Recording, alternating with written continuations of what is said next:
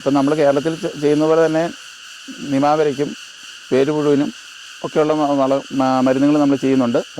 അതുപോലെ തന്നെ തട്ടമറിച്ചിൽ ഇവിടെ ഇതുവരെ കണ്ടില്ല. ബാക്കി എല്ലാം കേരളത്തിൽ ചെയ്യുന്ന പോലെ തന്നെയാണ് ഇവിടെ ചെയ്തുകൊണ്ടിരിക്കുന്നത്.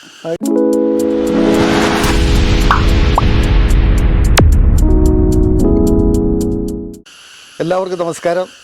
ഞാനിന്ന് തമിഴ്നാട്ടിലെ കൊടൈക്കനാൽ മലനിരകളിലെ പെരുമ്പാറ എന്ന ഒരു സ്ഥലത്താണ്. ഇവിടുത്തെ ഒരു ഏലം കൃഷിയിടം കാണാൻ വേണ്ടി വന്നതാണ്. നമസ്കാരം ജി. നമസ്കാരം സാർ. സുഹൃത്തുക്കളുണ്ടല്ലോ? സുഹൃത്തുക്കളുണ്ട്. എല്ലാവരും ഇവിടെ തോട്ടമുള്ളവരാണ്. ഇവിടെ ഏലം കൃഷിയാണ് ഇപ്പോൾ കൂടുതൽ ചെയ്യുന്നത്. ഇപ്പം ഞങ്ങൾ വന്നിട്ടൊരു 4 വർഷമായി. അന്നേരം ഇവിടെ വളരെ കുറച്ച് ഏലം ഉണ്ടായിരുന്നുള്ളൂ. എങ്കിൽ കൂടി ഇപ്പം നല്ല രീതിയിൽ മലയാളികൾ നല്ല രീതിയിൽ ഇങ്ങോട്ട് കയറിയിട്ട് അനുയോജ്യമായ സ്ഥലങ്ങൾ മുഴുവൻ ഇപ്പം കൃഷിയിടമായ ഒരു ലക്ഷണമാണ് കാണുന്നത്. അപ്പോൾ ഇതിൻ്റെ ആവശ്യമായിട്ടുള്ള ഏലത്തട്ടകളൊക്കെ നിങ്ങൾ ഇവിടെ നിന്ന് കൊണ്ടുവന്നു? എല്ലാം കേരളത്തിൽ നിന്ന് തന്നെ കൊണ്ടുവന്നാണ്. കേരളത്തിൽ കൊണ്ടുവന്നു. എന്താണ് ഇവിടുത്തെ ഏലം കൃഷിക്ക് അനുയോജ്യമായിട്ടുള്ള സാഹചര്യങ്ങൾ, ചുറ്റുപാടുകൾ എന്തൊക്കെയാണ്? ഇവിടെ പൊതുവെ തണുപ്പ് നമ്മുടെ അവിടുത്തെ അപേക്ഷിച്ച് ഇവിടെ തണുപ്പ് കൂടുതലുണ്ട്.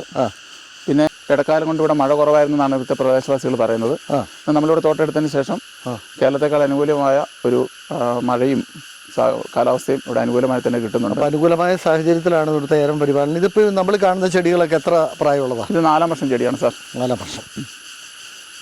4 വർഷം. ഇത് ഏത് ഇനം ചെടിയാണ്? ഞെള്ളാണിയാണ്. ഇവിടെ ഫുള്ള് ഞെള്ളാണിയാണ് വെച്ചിരിക്കുന്നത്. കേരളത്തിൽ നിന്ന് തട്ട് കൊണ്ടുവന്നാണ്.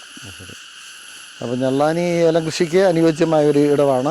ഇവിടെ എന്തോരം അകലത്തിലേക്ക് ഏലം നമ്മൾ നടുന്നത്? കേരളത്തിലെ പോലെ തന്നെ 10 അടി അകലത്തിലാണ് ഏലം നടുന്നത്.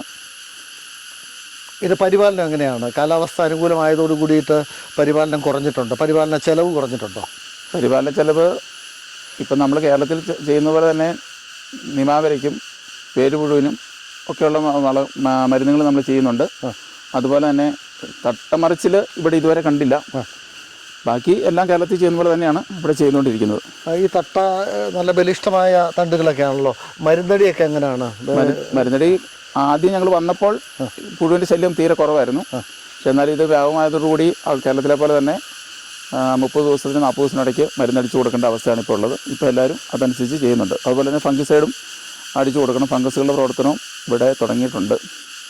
ഇവിടെ എങ്ങനെയാണ് നമുക്ക് ഒരു ഏലത്തിൻ്റെ വിളവെടുപ്പ് നമുക്ക് എത്ര തവണ നമുക്ക് വിളവെടുക്കാൻ പറ്റും ഒരു സീസണിൽ? ഇവിടെ ഏറ്റവും കുറഞ്ഞത് 6 തവണ വിളവെടുക്കാം. നമ്മൾ നനച്ചും കൂടെ കൊടുക്കുകയാണെങ്കിൽ ഈ കാലാവസ്ഥ അനുകൂലമായതുകൊണ്ട് തണുപ്പുള്ളതുകൊണ്ട് നനവും കൂടെ ചെല്ലുവാണെങ്കിൽ 12 മാസവും പൂവിടുന്ന ഒരു സാഹചര്യമാണുള്ളത്. അത് കുറേയൊക്കെ നല്ല ചൂടുള്ള കാലാവസ്ഥ കുറേ മഞ്ഞപ്പിഞ്ച് പൊഴിഞ്ഞു പോയാലും നനച്ചു കൊടുക്കാൻ വെള്ളം ഉള്ളതുകൊണ്ട് 6 പ്രാവശ്യം കായെടുക്കാം. ഏറ്റവും ആദ്യത്തെ ഏറ്റവും അവസാനത്തെ ഇച്ചിരി കുറവാണെങ്കിൽ പോലും 4 വിളവെടുപ്പ് നല്ല രീതിയിലും 2 വിളവെടുപ്പ് അതിൻ്റെ ഒരു ഭാഗികമായിട്ടും എടുക്കാൻ നമുക്ക് സാധിക്കും. നമ്മളിങ്ങനെ മുകളിലേക്ക് നോക്കുമ്പോൾ നല്ല ബലിഷ്ഠമായിട്ടുള്ള തട്ടകളാണ് അല്ലേ?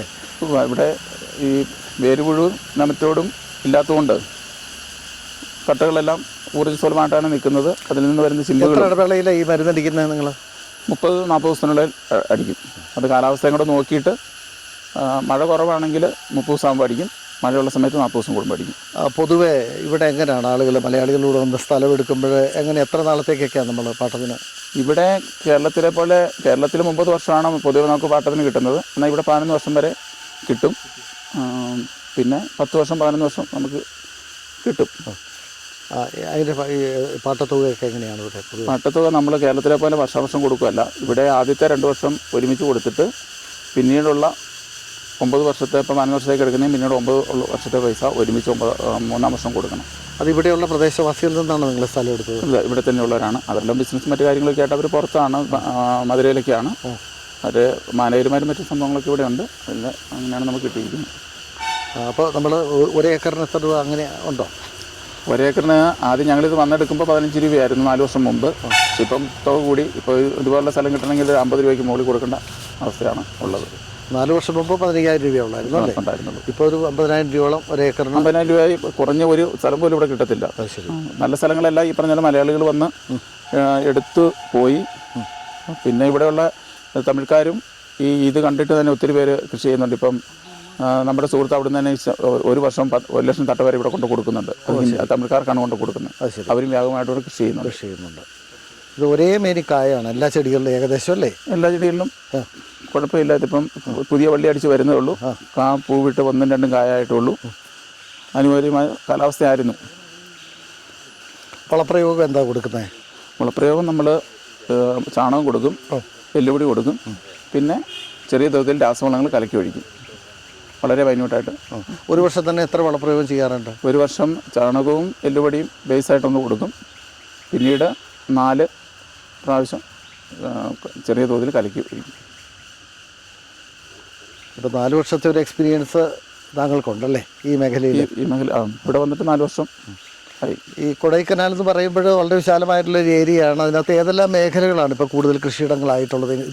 ഇവിടെ ഏലം കൃഷി കൂടുതലായിട്ട് നമുക്ക് കണ്ടുവരാൻ പറഞ്ഞാൽ പെരുമ്പാറ തൊട്ട്, പെരുമ്പാറയിലെ താഴെ മഞ്ഞൾപ്പരപ്പ് എന്ന് പറഞ്ഞ സ്ഥലമുണ്ട്, കൊങ്ങാപ്പെട്ടി, പിന്നെ അവിടെ പോയ കേസിപ്പെട്ടി, താണ്ടിക്കുടി, ആ മേഖലകളിലേക്കെല്ലാം, പിന്നെ ആടല്ലൂർ, അവിടെ എല്ലാം വ്യാപക തോതിൽ കൃഷി ചെയ്യുന്നുണ്ട്.